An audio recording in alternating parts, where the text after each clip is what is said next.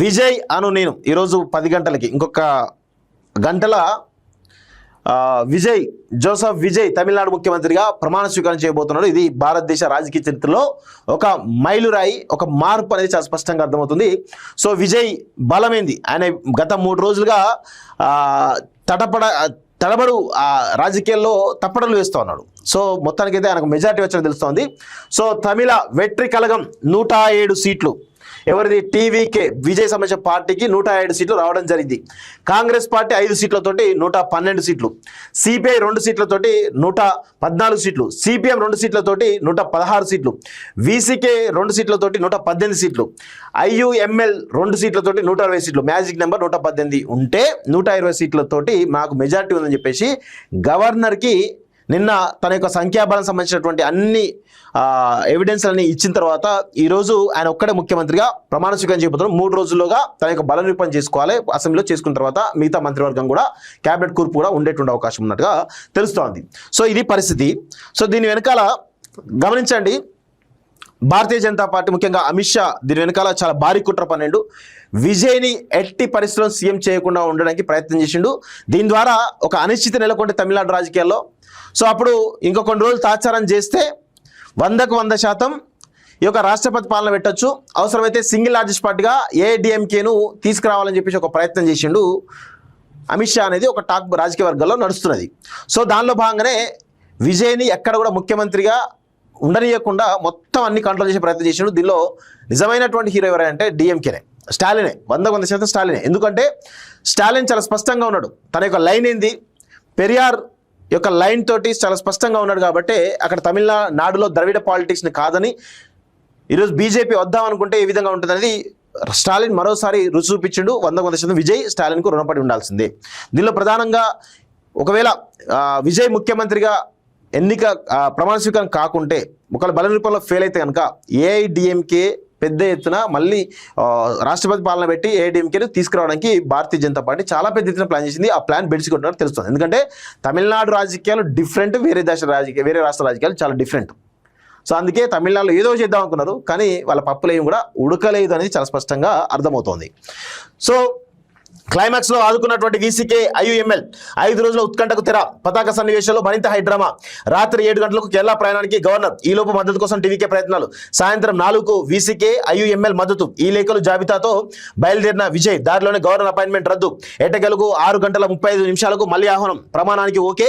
13లోగా బల నిరూపణకు ఆదేశం. చెన్నైలోని నెహ్రూ ఇండోర్ స్టేడియంలో ప్రమాణం అంటూ చూస్తాం. సో చూడండి, భారతీయ జనతా పార్టీ ఈ యొక్క తమిళనాడు విషయంలో ఎంత పెద్ద ఎత్తున బ్లేమ్ అవుతుందంటే చాలా పెద్ద ఎత్తున బ్లేమ్ అవుతుంది. వాళ్ళు ఇలాంటి రాజకీయాలు చేయకున్నది.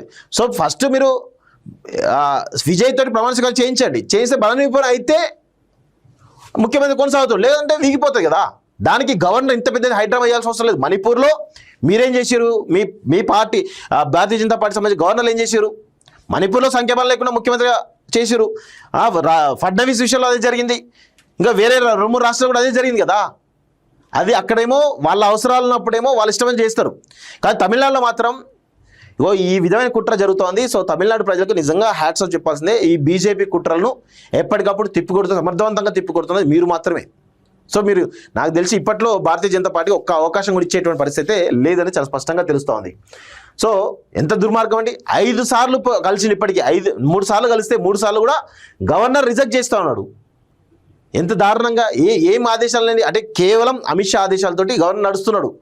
కేవలం ఇక్కడ ఏఐడిఎంకేను కంప్లీట్గా సింగిల్ లార్జెస్ట్ పార్టీ తీసుకురావాలి, ఇక్కడ ప్రభుత్వం ఫామ్ చేయాలి, మా ప్రభుత్వం ఎన్డీఏ భాగస్వామ్య పక్షమే చేయాలని చెప్పేసి ఒక ప్రయత్నం చేసి విఫలమైండు అమిత్ షా. అంత పెద్ద కుట్ర పనిండు. ఇంత అవసరమా? ఇంత అవసరం లేదు కదా. ఒక రాష్ట్రం రాకపోతే మీ హోల్డర్ రాకపోతే ఏమవుతుంది? సో ఇప్పుడు ఏమైతే పరువు తీసుకున్నారు. గవర్నర్ మొత్తం ఆయన విచక్షణ అధికారులు ఉపయోగించి ఏది పడితే అది చేస్తున్నాడు. ఇంత దారుణంగా ఉండద్దు వాస్తవంగా. సో క్షణక్షణం ఉత్కంఠ రేపుతూ ఎప్పటికప్పుడు కీలక మలుపులు తిరుగుతూ వ్యూహాలు ప్రతివ్యూహాలతో 5 రోజులుగా వేడెక్కిన తమిళ రాజకీయం ఎట్టకేలకు కొలికి వచ్చింది. విజయ్ అను నేను అంటూ తమిళిగా వెట్రి కళగం అధినేత ప్రమాణ స్వీకారం చేసేందుకు ముహూర్తం ఖరారైంది. ఆదివారం ఉదయం 10 గంటలకు ఆయనతో గవర్నర్ ప్రమాణం చేయించున్నారు. దశాబ్దాల తర్వాత తొలి ద్రవిడేతర ముఖ్యమంత్రిగా జోసెఫ్ విజయ్ తమిళనాట రికార్డు సృష్టించున్నారు. సో ఈయన ద్రవిడేతర ముఖ్యమంత్రిగా అని మీడియా అంటున్నారు. కానీ చాలా స్పష్టంగా గమనించండి, ఆయన పెరియార్ మార్గంలో నడుస్తాను, పెరియార్ నా ఆదర్శం అని చెప్పిండు. ఇది కూడా ద్రవిడ పార్టీయే. టీవీకే కూడా 100% ద్రవిడ పార్టీనే, ద్రవిడేతర అని చెప్పే ప్రయత్నం జరుగుతూ ఉంది. సో వీసీకే ఐయుఎంఎల్ ఇచ్చిన మద్దతుతో తమిళనాడులో టీవీకే తనకు అవసరమైనటువంటి మ్యాజిక్ నెంబర్ను శనివారం సాధించింది. ఇప్పటికే కాంగ్రెస్ వామపక్షాల మద్దతును విజయ్ సంపాదించారు. దీంతో ప్రభుత్వ ఏర్పాటు కోసం నానా తట్టాలు పడినటువంటి ఆ పార్టీ కథ చివరికి శనివారం సుఖాంతమైంది. వీసీకే ఐయుఎంఎల్ మద్దతుతో టీవీకే సంఖ్యాబలం 120కు చేరుకుంది. తమిళనాడు అసెంబ్లీలో మ్యాజిక్ ఫిగర్ 118. దీంతో తమకు తగిన మెజార్టీ ఉన్నందున ప్రభుత్వ ఏర్పాటుకు అవకాశం ఇవ్వాలని విజయ్ చేసిన వినతిని గవర్నర్ ఆమోదించారు. మెజార్టీకి అవసరమైనటువంటి సంఖ్యాబలాన్ని వివరించకుండా ప్రభుత్వ ఏర్పాటుకు ఆహ్వానించలేనని తమిళనాడు గవర్నర్ ఇప్పటికే 3 సార్లు తేల్చిపారు. శనివారం ఉదయం 11 గంటలకు తమ నిర్ణయం ప్రకటిస్తామని చెప్పిన వీసీకే అధినేత నుంచి చాలాసేపటి వరకు ఏ స్పందన లేదు. ఈలోపు వీసీకే ప్రధాన కార్యాలయం వద్ద భారీగా కార్యకర్తలు, మీడియా ప్రతినిధులు మోహరించారు. అందరిలో ఉత్కంఠ. 5 రోజుల హైడ్రామాకు శనివారం అయినా తెరపడుతుందో లేదోనని సందిగ్ధత. ఇందులో గవర్నర్ సాయంత్రం 7 గంటల 10 నిమిషాలకు కేరళ వెళ్తున్న వార్త మరింత ఉద్విగ్నతకు కారణమైంది. ఆదివారంతో తమిళనాడు 16వ అసెంబ్లీ కాలం వ్యవధి ముగియనుందన్న ఏం జరుగుతుందన్న టెన్షన్ క్షణక్షణానికి పెరుగుతూ పోయింది. ఇంతలో వీసీకే నేతలు మరో ప్రకటన చేస్తూ సాయంత్రం 4 గంటలకు తమ నిర్ణయం చెబుతా ఉన్నారు. చెప్పిన దానికి 5 నిమిషాల ముందే వీసీకే ప్రజలు టీవీకే నేత అథవా అర్జునకు మద్దతు లేఖ అందించారు. బేషరతుగా టీవీకే ప్రభుత్వ ఏర్పాటుకు మద్దతు ఇస్తున్నట్లు గవర్నర్ కు రాసిన లేఖను వారికి ఇచ్చారు. ఇది జరిగినటువంటి కొద్దిసేపటికే ఇండియన్ యూనియన్ ముస్లిం లీగ్ కూడా టీవీకే ప్రభుత్వానికి మద్దతు ఇస్తున్నట్లు ప్రకటించింది. సో ఈ లేఖను టీవీకే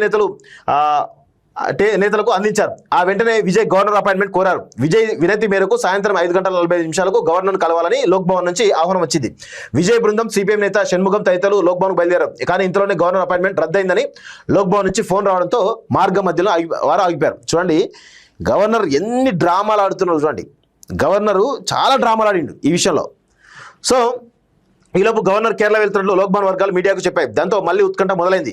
టీవీకేకు మద్దతు ఇచ్చే రాజకీయ పార్టీలు గవర్నర్ తీరును తీవ్రంగా ఖండించాయి. అయితే 6 గంటల 30 నిమిషాలకు తనను కలవాలంటూ గవర్నర్ కార్యాలయం నుంచి 6 గంటల 10 నిమిషాలకు విజయ్కు ఆహ్వానం అందింది. దీంతో హడావుడిగా బయలుదేరిన విజయ్ 6:35కు లోక్భవన్ లోపలికి వెళ్లారు. గవర్నర్తో 1:40 నిమిషాల పాటు జరిగిన సమావేశంలో విజయ్ టీవీకే నేతలతో పాటు Congress, CPI, CPM, VCK, IML పార్టీల నేతలు కూడా పాల్గొన్నారు.